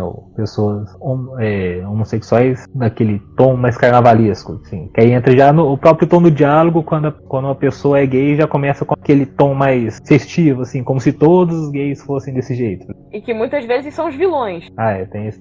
Pior, tem isso também. Eu via muito. Qual jogo que eu vi isso? Eu vi uns 2 jogos, assim, que eu não lembro o nome de cada. Você vê, o personagem tem um homem com um jeito mais afeminado, assim. Tem essa tendência mais homossexual e já tem isso. Final Fantasy, isso. Final Fantasy é cheio. É todo carnavalesco, cheio de coisas brilhantes, douradas e roupas chamativas, assim, sabe? Zelda tem alguns. E você cria essa perspectiva. A Disney, praticamente todos os vilões da Disney são codificados como queer. Mas aí tem gente que vê. Tem gente que interpreta de uma maneira boa, né? No caso da Disney, tem gente que consegue ver o lado positivo, apesar dos pesares. Mas é sempre bom evitar esse tipo de coisa. A questão que o Lucas estava falando aí de personagens homossexuais serem todos afetados. Não que eu assista muito, mas todas as novelas da Globo, quando tem, são assim. Praticamente todas, 99% dos casos são assim. Pois é. E até todos desse jeito. Toda novela da Globo que tem um homossexual, ele é dessa forma. E praticamente todos. O problema não é que, tipo, nenhum personagem dessa minoria é assim. Pode ser que tenha. Nenhuma pessoa dessa minoria é assim. Pode ser que tenha. Muito provavelmente tem. O problema é que quando essa é a única representação que a gente vê, coloca ele como alívio cômico. Eles ficam dentro de uma caixa, entendeu? Tipo, que é assim que a gente costuma ver. E aí vamos reproduzindo isso e não muda. O caso, eu acho que o Scar no Rei Leão, ele tinha um pouco desse trejeito, mas assim, que era diferente. Você via o Mufasa todo imponente, ereto, né? O leão viril aqui. O Scar, ele já tinha algo mais malicioso ali, né? Um rebolado assim, que já tinha. Parece mais afeminado e ao mesmo tempo também era mais escuro, né? Você já cria aquela noção assim, pô. Inclusive do homossexual afeminado tem 2 níveis de preconceito. É a homofobia e o machismo. Ele é vilão por ser afeminado, e ser afeminado é ruim, que é próximo do feminino. E esse cara ainda era o leão mais escuro, se não me engano. E foi botado como vilão ali. Você já cria essa perspectiva. Darth Vader, todo de preto, ele é o vilão. E já entra o caso, né? É aquela coisa que eu tenho falado logo no personagem cinza. Personagem branco, personagem negro. O personagem negro representa a vilania. Ou você tem personagens negros coadjuvantes que geralmente são o alívio cômico ou servem para morrer. E aí fica um desafio para os ouvintes, né? Se ainda não fizeram, façam uma magia branca sendo do mal e uma magia negra sendo do bem. Inventem. Vão além, tentem associar características normalmente associadas com bondade e luz com vilania e características normalmente associadas com trevas e escuridão com algo bom. Que é interessante, você muda um pouco nessa cultura de clichês, de estereótipos. Sim, e isso atrai o pessoal, porque muita gente quer ver algo novo, assim. Eu acho que deixa o personagem mais crível também, né? Porque se é só muito uma coisa, ele não fica plural, né? Não tem as contradições. Eu acho interessante essa ideia dele ser cinza, né? Ter um vício, uma virtude. E quando a gente diz, tipo, evite estereótipos, não é tipo, cria um personagem que é 100% bom e não tem falhas e faz tudo certo. Tipo, não, só trate o personagem como um ser humano que tem seus problemas e seus sucessos, seus defeitos e suas qualidades, e vai dar tudo certo. Eu vi um texto uma vez, que eu lembro, eu acho que era estereótipos femininos. menos, na literatura. E uma delas falava da velha negra sábia. E eu lembro que a autora do texto falou, não, é por que ela tem que ser velha, negra e sábia, tem que ser aquela senhora humilde, que usa a sabedoria popular, não pode ser uma mulher com mestrado, doutorado, não pode ter sabedoria, né? Isso já é um meio de quebrar o estereótipo, assim. O exemplo mais clássico desse estereótipo é a Nazaré do Sítio do Pica-Pau Amarelo. É o clássico dos clássicos, né? E isso mantém, se reforça a tradição. Lá, tem um negro, uma história, ele é um velhinho, sabe? Ele humilde, que legal. Ele não pode ter um doutorado ali, ser um cara modelão, que cria armas, que sabe histórias do mundo, essas coisas, assim. Tem essa inteligência aliada ao saber, né? Que às vezes, que é aquela questão dela tem o saber e tem a inteligência. Muitas vezes, esse mentor velho sábio é sábio, mas não é inteligente. E você cria essa questão que dá muito fácil pra fácil assim, dá pra romper muito bem isso em uma história, fazer um personagem mais complexo, um personagem mais rico e diferente de tudo que já foi visto anteriormente. Deixa eu ver, outro tipo de estereótipo também que eu, se não me engano, tava nesse mesmo artigo, eram chamados mulheres na geladeira. Não sei se vocês já ouviram falar. Esse eu odeio muito. Eu achei que a Mayara ia saber. Eu Que odeio é o típico, faz uma personagem feminina pra sofrer alguma coisa, né, seja pra morrer ou pra ser estuprada, pra ser sequestrada, assim, também, né? Só pra dar uma força e uma motivação pro personagem masculino e atrás. Acho que, se não me engano, o caso foi do Lanterna Verde, foi o Lanterna Verde, se não me engano, que chegou no apartamento lá onde ele morava com a esposa. Foi isso no quadrinho. Qual super-herói ela é? Eu acho que foi o Lanterna Verde. Chegou lá, literalmente encontrou a namorada da esposa na geladeira. Desmembrada lá, o vilão tinha feito isso, aí ele foi atrás do deu a força pra ele. E é uma coisa tão comum assim, quando você vê o estereótipo tá tão naturalizado no leitor, no escritor, que você lê e você mal percebe. Se alguém não fala, olha isso aqui, ó, isso aqui tá em vários livros, isso aqui é necessário, aí você começa a pensar, poxa, não é necessário isso. A própria questão quando a protagonista é uma personagem feminina, né, ela tem que sofrer uma violência forte, né, eu tô vendo essa discussão crescendo muito na internet, tô gostando disso, é a velha questão, E tem níveis de estereótipos, né, tem os estereótipos para mulheres brancas, o estereótipo para mulheres negras, o estereótipo para mulheres indianas, asiáticas, e tem níveis de estereótipo. Por exemplo, muita gente reclama de personagens femininos estão sempre sendo salvos e não podem ser fortes do mesmo senso, da mesma forma que personagens masculinos são. Só que as personagens femininas negras nunca foram salvas. Elas nunca puderam ser frágeis. E aí, quando vem uma história com uma personagem negra numa posição frágil, muitas feministas brancas reclamam que a personagem tá frágil, não é feminista. Mas a personagem negra nunca pôde ser frágil. Então também é uma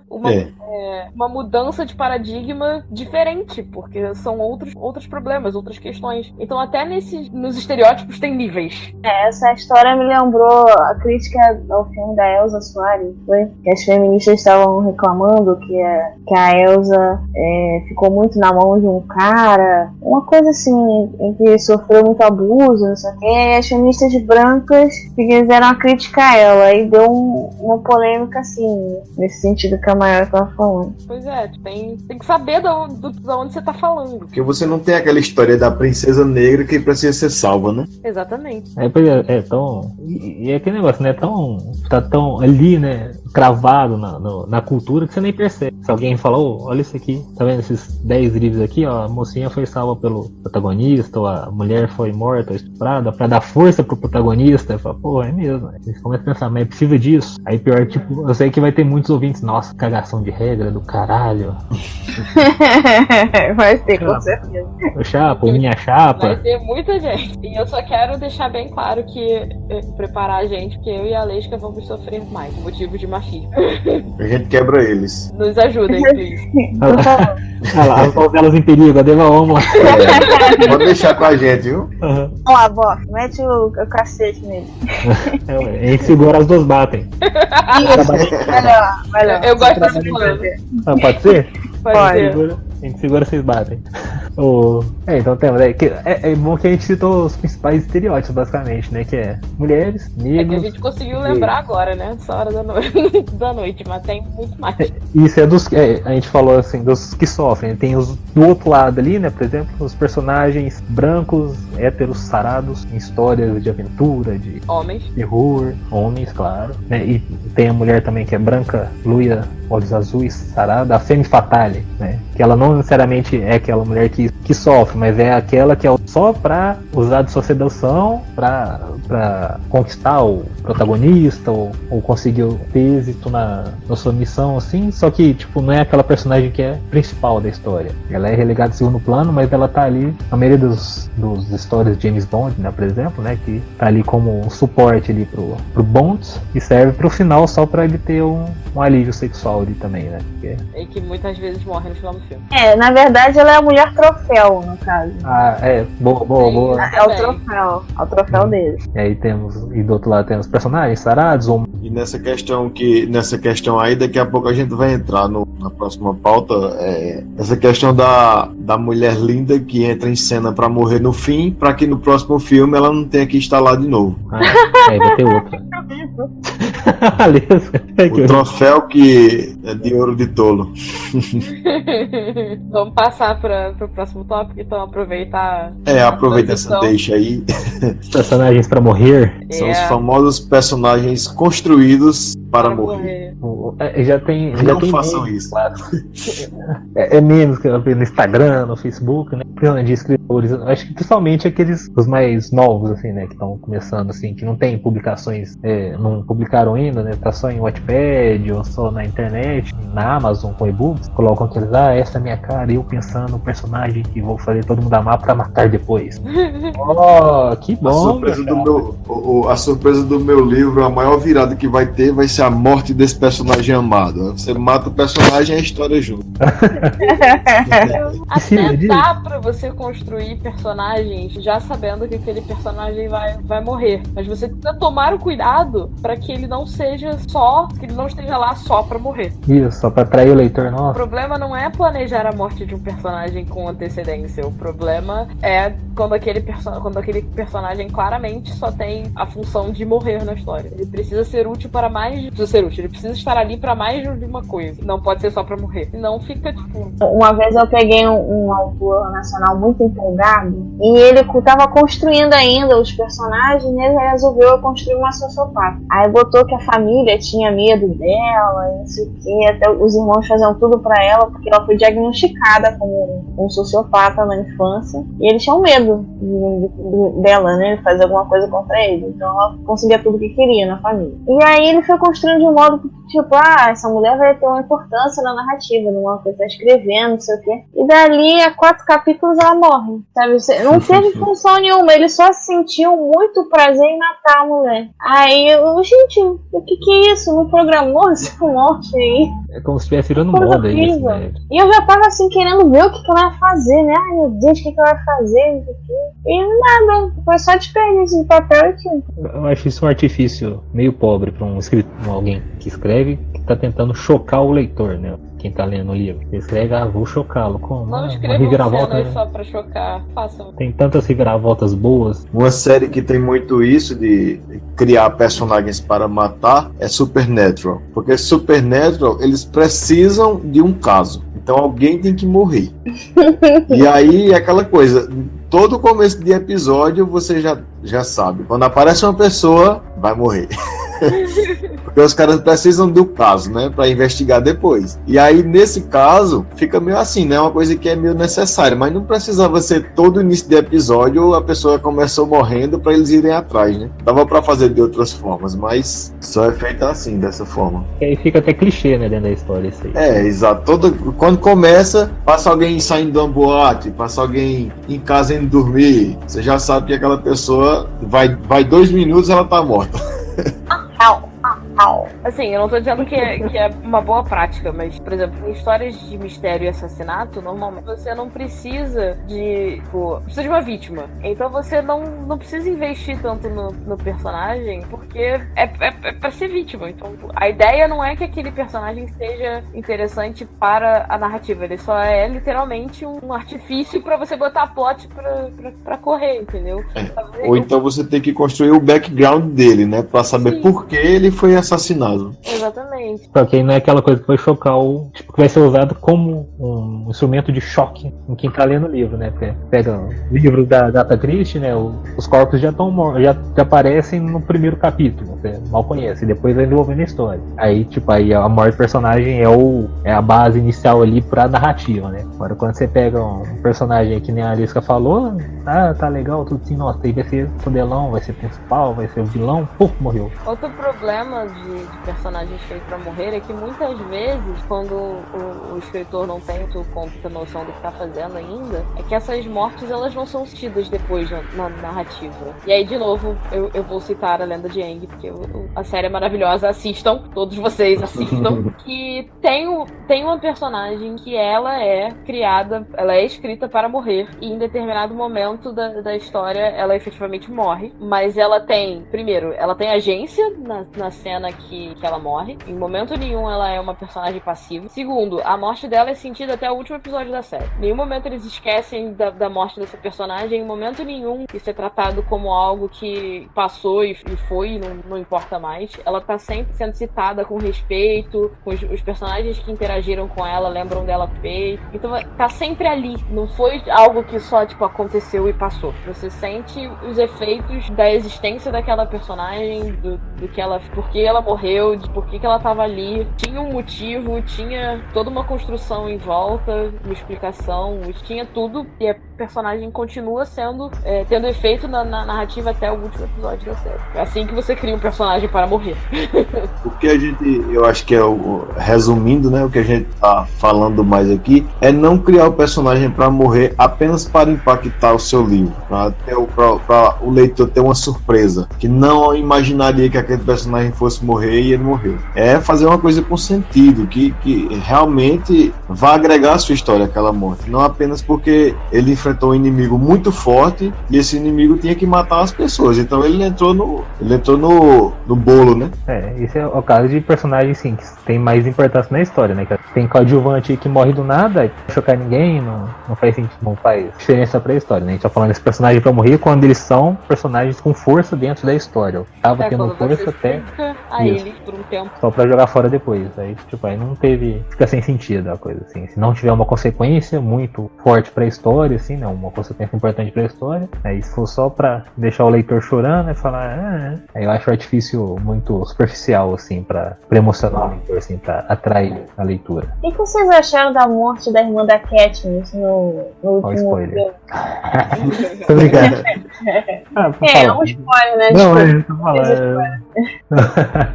Eu vou deixar, eu falei, eu vou formatar esse podcast, episódio aqui, eu vou deixar tudo.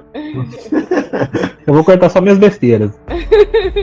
Aí depois no final eu ainda vou falar sozinho assim na gravação. Pois é, gente, isso é o que eu sofro quando eu tô com esse povo. Mas continuando ali, assim, a irmã da Katniss. Foi no último filme? No último livro? Foi no último livro. Eu não sei no filme. Não é só no último livro, é no final do último livro. Depois que as coisas estão começando a se acertar. Não é tipo só. Até que teve uma função, assim, né? Ela ter falecido teve uma função, que é deixar a Katniss mais puta e perdida. Mas eu acho que foi muito brutal, assim. Pô, eu acho que isso foi mais pra chocar o público do que. Mas eu não sei se foi tanto pra chocar, porque tinha o foreshadowing da morte dela desde o início. O que é foreshadowing? Pra começar, a Katniss se voluntaria para salvá-la. Então já começa aí. E durante a construção narrativa, tem alguns pontos que você parar pra ler de novo, você fica tipo, pô, verdade, aqui tinha uma indicação de que algo ia dar ruim. E isso tá constantemente na história, entendeu? O que eu não gosto muito desse tipo de criação assim é porque a história do livro inteira é a doação da Katniss pra salvar a irmã. Tá certo, a história se torna uma coisa maior, se torna uma coisa que isso aí depois vira coisa meio que até escanteada, mas eu fico pensando, não sei, vocês assistiram Perdido em Marte? Vi.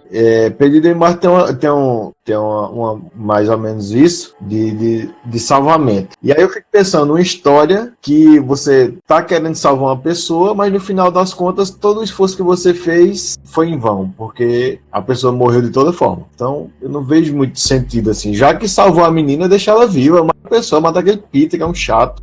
Concordo, Deval. Já que salvou, deixa vivo. Mas tá certo. Não, fica aquela sensação de, pô, foi inútil tudo. É muito nem barulho esse por objetivo, nada. entendeu?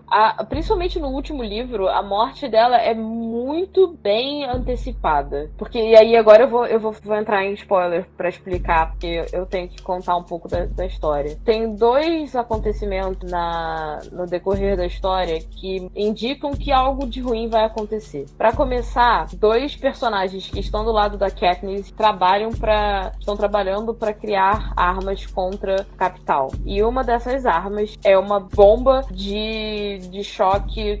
É uma bomba que vai ativar 2 vezes. Ela vai ativar a primeira vez para matar algumas pessoas e vai ativar uma segunda vez para matar os socorristas. E aí depois tem uma cena da irmã da Katniss virando aprendiz de médica no distrito onde elas se esconderam. E aí na cena em que a personagem morre, ela morre por causa dessa bomba. A bomba ativa, mata algumas pessoas e aí vem os socorristas. E a irmã da Katniss tá nessa equipe de socorristas. E aí a bomba ativa a segunda vez. Arrebenta. Entendeu? Então a história se dá o trabalho de avisar, de um jeito sutil, mas avisar que tipo, olha, isso é uma possibilidade, isso vai acontecer. Entendeu? Então não é uma morte que é só jogada. Não, foi construída. Ela foi construída na história e a Katniss sente a morte da irmã até o epílogo. Inclusive, muitas das atitudes que ela toma no final da história são justamente porque a irmã morreu, entendeu? E por causa do jeito que a irmã morreu. Porque a Katniss sabia que aquelas bombas foram lançadas pelo lado que ela tava teoricamente lutando, entendeu? Não foi pelos inimigos dela. Os inimigos dela já tinham sido derrotados. Isso aí cria uma história.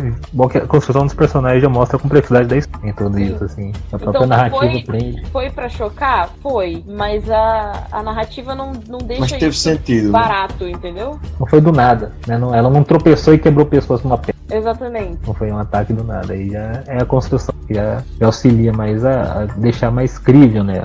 A questão da morte do personagem e não ser só um caso pra chocar o leitor ali, a leitora. E essa construção da Prim enquanto médica, enquanto personagem que cuida dos outros, tá na história desde o primeiro livro, tá lá desde o iniciozinho. Então, a preparação de que, tipo, ela vai estar metida na parada já tá desde o primeiro livro. Você só não sabe muito bem o que vai ser, entendeu? Legal. Ainda vou ler um dia. Eu tenho o e-book, eu só tenho que decorar. A história não faz muito sentido não, mas os personagens são legais, então eu recomendo.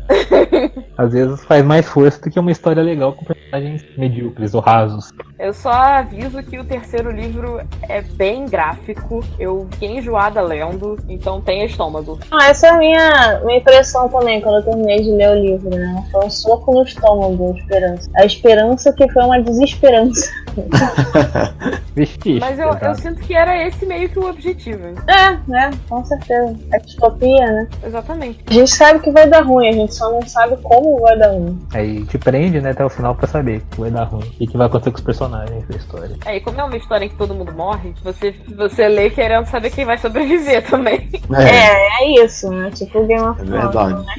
Quem vai ficar vivo? E aí, galera, agora pra finalizar aqui, pros nossos ouvintes não dormirem antes da gente. Não, porque a gente tá aqui. Bom, se eu falar, o povo, nossa, mas que bando de 3 horas e 20 minutos em ponto. Mas Isso somos aqui é 4 horas. velhos com quase meio século de vida. Temos que dormir cedo pra acordar cedo da manhã tomar nossos remédios matinais. Trabalhar, né, gente? Tem isso também. Eu só queria. Deixa pra lá, eu ia zoar. Acabou comigo. Pra acabar com a piada. Eu já tô custando a fazer piada por causa da minha caduquice aqui. E aí vem essas jovens de hoje que não respeitam eles. E ó, esses são os personagens do próximo livro, né? A Mayara vai ser o meu próximo livro, fazer uma personagem Mayara, uma jovem adolescente que fica tirando os mais velhos. Que bom que você me vê como uma adolescente. Eu nem percebi que eu falei isso. Galera, agora como último tópico, a gente decidiu tentar escolher, né, um personagem preferido, assim, de cada um de nós. Ou só um pouquinho assim. Gente, cortando, assim, eu também custei a descobrir algum, assim, custei a pensar em um que fosse só um. Aí dos que eu pensei, uma que me atrai muito, um personagem que me atrai muito, é de Stephen King. O nome dessa personagem é Odetta Holmes, Odetta Walker, Susana, Odetta Holmes Jean. Aí tem 3 nomes.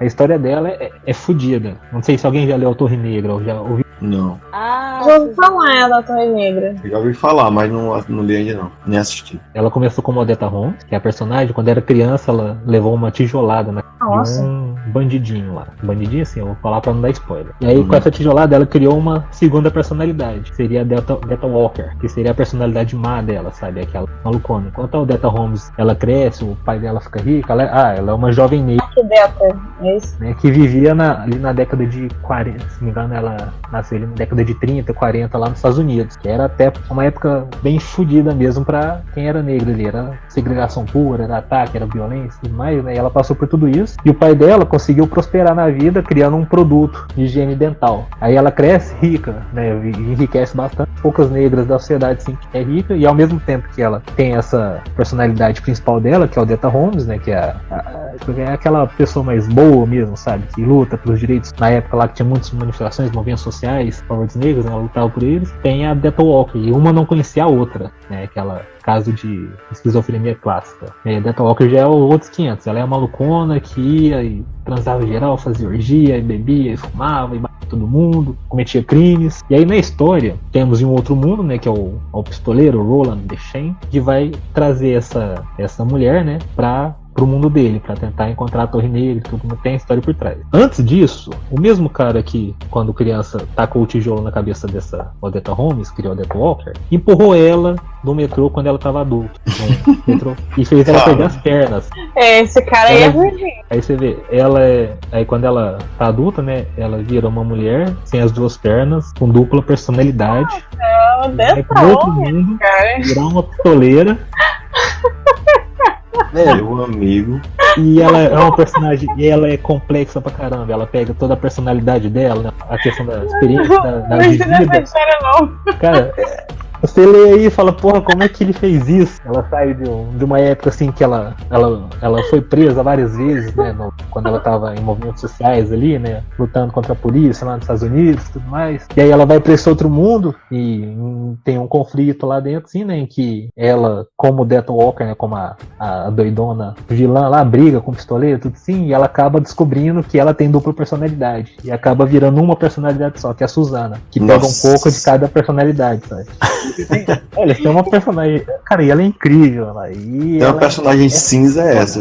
50 tons de cinza essa aí. 50 tons, tem de tudo. Aí ela é uma negra, uma cadeira de roda, pistoleira, enfrentando demônios, enfrentando bandidos, enfrentando robôs gigantes, magos. E fica sensacional, assim, quando você cria um personagem complexo, desse tipo, assim, que saiu de um mundo, foi pra outro, tem todas essas características, tanto físicas quanto psicológicas. Vou te falar que você acabou de me vender a Torre Negra, porque você vai adorar. Desde o ensino médio, com o povo me falando, lê, não sei o que, e eu não tinha preguiça, mas agora, pela Suzana, eu acho que eu começo. Entendi. Mas aproveitar que meu namorado tem 7, eu leio com calma. Mas então, meu personagem que eu escolhi é a Agome de Inuyasha. Ela também é uma personagem que sai de um mundo pra outro. Ela é do Japão moderno e vai pro Japão feudal e conhece o Inuyasha, que é um demônio cachorro. E aí ela se mete em várias aventuras porque ela é a reencarnação de uma sacerdotisa e trouxe de volta uma joia super poderosa que todos os yokais do universo querem, porque a joia aumenta os poderes dos yokais. São demônios japoneses. Só que ela destrói a joia sem querer e tilhaça e vai um pedacinho pra cada canto do mundo, e aí ela fica incumbida de procurar e restaurar a joia junto com o Inuyasha. Coisas acontecem, tem aquela coisa clássica de anime, de episódios, inimigos por episódio, mas eventualmente ela se apaixona pelo Inuyasha, o Inuyasha se apaixona por ela, só que tem toda uma plot drama com a sacerdotisa que era a a encarnação anterior da Agome. E que nem a era apaixonada, né? E eu acho, o que eu acho mais incrível da Agome é o crescimento que ela tem na série. Porque ela começa como uma personagem do ensino médio japonês, que preocupada com os exames que ela tem que fazer pra passar na escola, e ela se torna uma arqueira guerreira super poderosa que consegue usar os poderes de sacerdotisa para derrotar o maior vilão do Japão feudal que tem na série. E apesar do final do anime e do mangá ter sido meio chato e eu discordar com o rumo que foi tomado, eu gosto muito dessa personagem. Eu acho que eu nunca vi o final. Considerando que a Rumiko, que é a mangaka de Inuyasha, levou 11 anos pra terminar de escrever a história, porque ela não planejava nada e ela só ia escrevendo capítulo a capítulo conforme ela tinha que publicar, a história não faz muito sentido, mas os personagens são legais. Leia o mangá, que é melhor, mais rápido. Inuyasha eu desisti de acompanhar, cara, eu só fiz questão de saber como é que terminava. Eu esperei, quando veio o final eu fui lá, dei uma olhadinha. Eu achei aquele meio Felizes para Sempre tradicional, né? Foi bem o Felizes para Sempre tradicional, sim. Mas tem umas coisinhas na maneira como ela terminou algumas plots que me incomodaram. Mas no geral eu gosto. O que eu escolhi foi o Mestre Spock. Esse é bom. Jornada nas Estrelas. Na verdade, é a criação de uma raça inteira, né? É interessante assistir a série clássica, e é interessante que eles vão anunciando o que as particularidades da raça dele até a última temporada. Acho que são 76 episódios, e até quase o último eles ainda dizem coisas assim a respeito dele. E eu achei muito interessante que é uma criação muito bem feita. Uma raça que tem sangue verde, os caras não conseguem mentir e só agem pela lógica. Ter emoção para eles é uma fraqueza. Então se passa coisa muito interessante. Você vê ele com o pai e a mãe dele, eles não se abraçam, é só aquela cumprimenta e tchau, e é muito bacana assim. É bem esquemático, assim. Porque você vê, né, a criação de uma raça inteira, você vê que não é uma coisa simples, né, que no caso deles mesmo você tem que ser muito fiel à raça, né, tem coisas que ele não faz de forma alguma, e às vezes ele tá conversando com alguém e o cara fala, como é que eu sei que você não tá mentindo? Aí ele fala, eu sou um vulcano, eu não minto. E aí já é uma coisa estereotipada, todo mundo sabe que é assim, que os vulcanos eles são dessa forma. E outro que eu queria falar rapidinho é só o filme 3 Anúncios para um Crime. Pra quem não assistiu, tem que assistir, cara, porque de personagem esse filme é sensacional. Você vê, foram 3 indicados ao Oscar, dois coadjuvantes, uma protagonista. A protagonista ganhou o Oscar e um dos coadjuvantes ganhou o Oscar. E o outro foi indicado. Então tem personagens muito, muito, muito bem feitos no filme. Sim. Isso. Então, assim, eu ia falar 2, né? Eu tinha preparado aqui o Yusuke e a Luna Lovegood, mas o Yusuke eu meio que falei um pouco, né? Acho que eu vou falar da Luna. Eu sempre gosto dos personagens mais exóticos, né? E a Luna é só isso, né? Ela é muito doida. Ela é muito amiga, né? Uma pessoa muito sincera, eu acho. Ela é uma personagem muito complexa, né? Ela é bastante. Ela é bem complexa, porque quando você começa a ver o jeito dela, você acha que vai ser o alívio cômico dos filmes. E na verdade ela é bem mais do que isso. E o que eu gosto dela é essa facilidade dela de acreditar em coisas impossíveis, sabe? Uhum. E ao mesmo tempo, isso poderia ser visto como uma pessoa muito ingênua, né? Mas ao mesmo tempo ela tem uma história de vida triste, né? Viu a mãe falecer e tal.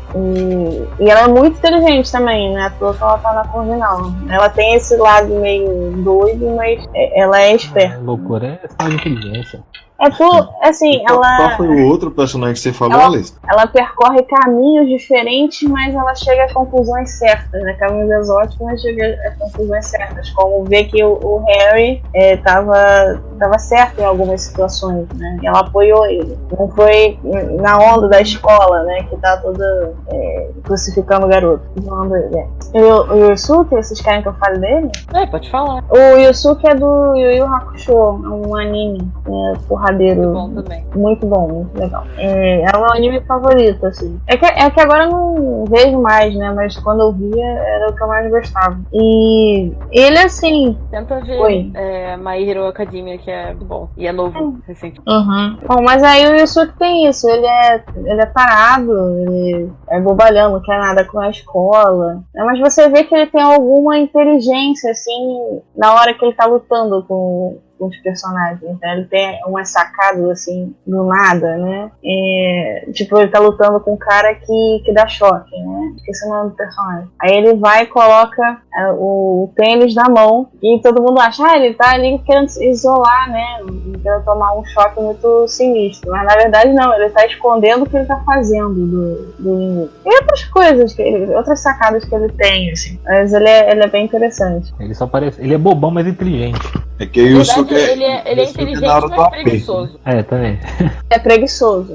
Ele não é nem bobão, ele é preguiçoso. Mas na hora do aperto ele É aquela típica resolve. pessoa que tem preguiça de pensar. Mas aí dá quando porrada. precisa, quando tá na necessidade, ele tem umas ideias muito legais. Quem estiver ouvindo que for assistir, assista dublado, porque a dublagem brasileira é divina. é muito boa, é verdade. Tá cheio de gírios, verdade. velho. Cheio de falas. Nossa, é muito bom. Brasileiro.